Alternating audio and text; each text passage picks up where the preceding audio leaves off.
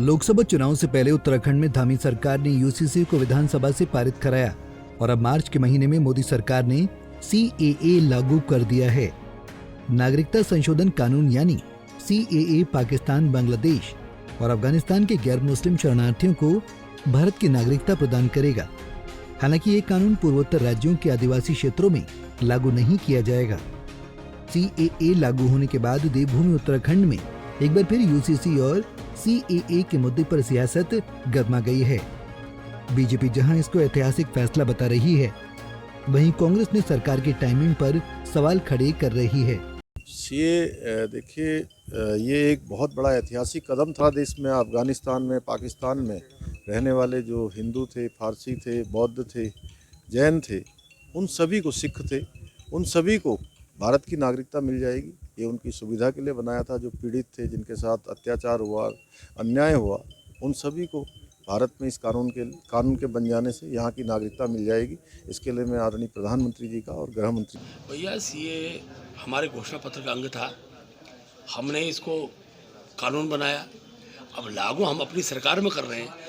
समय कौन सा चुना जाना है ये कांग्रेस से पूछ के तय नहीं होता है। ये ठीक है कि आज CAA के बाद जो माहौल बना है वो हमारे लिए बहुत पॉजिटिव है और बड़ी संख्या में ऐसे लोग जिन्होंने देश की आज़ादी का युद्ध सामूहिकता से लड़ा, बड़ी संख्या में उन देशों के अंदर है जहाँ उन पर अत्याचार, अन्याय हो रहा है। और 2014 से पहले जो भारत में आए थे उन सबको नागरिकता देने का काम है। किसी की नागरिकता को छीनने का कोई। बीजेपी जहां इस फैसले को ऐतिहासिक बता रही है, वहीं कांग्रेस ने सवाल खड़े किए हैं। देखिए, CAA लागू जो किया गया है उसमें पहला ऑब्जेक्शन तो हमको टाइमिंग का है कि 10 साल के शासन में नरेंद्र मोदी और उनकी सरकार ने CAA को लागू नहीं किया और जब बिल्कुल अंतिम दौर आ गया है और चुनाव की घोषणा बाकी है, इस समय CAA को लागू करना, मुझे लगता है कि ये चुनाव में वोटों के ध्रुवीकरण और लोगों को डराने की नीयत से लागू किया गया है। इसमें पूरे राष्ट्र में लागू नहीं हो रहा है।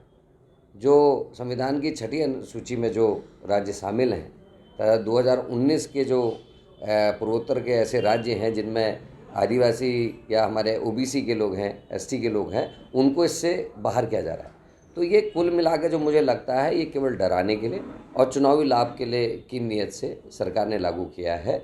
और निश्चित ही ये दुर्भाग्यपूर्ण है इस देश का कि जो काम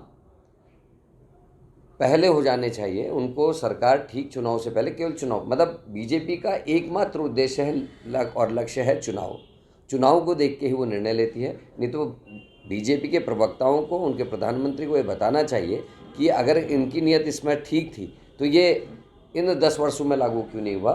ठीक चुनाव की घोषणा होने से 2-3 दिन पहले लागू करने की घोषणा जो की है, इस पर इनकी नीयत में।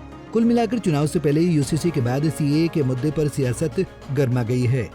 एक तरफ जहां भाजपा जनता से किए हुए वादों को ही पूरा करने का दावा कर रही है, तो वहीं दूसरी ओर कांग्रेस समेत तमाम विपक्षी दल सरकार के फैसले की टाइमिंग पर सवाल खड़े कर रहे हैं।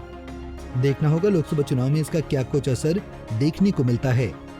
देहरादून से पंजाब केसरी टीवी के लिए आशीष रमोला की रिपोर्ट। हमसे जुड़े रहने के लिए हमारे YouTube चैनल को सब्सक्राइब करें और नई वीडियो की नोटिफिकेशन के लिए बेल आइकॉन को दबाएं। अगर आप ये वीडियो Facebook पर देख रहे हैं तो लाइक जरूर करें और ज्यादा से ज्यादा शेयर करें। धन्यवाद।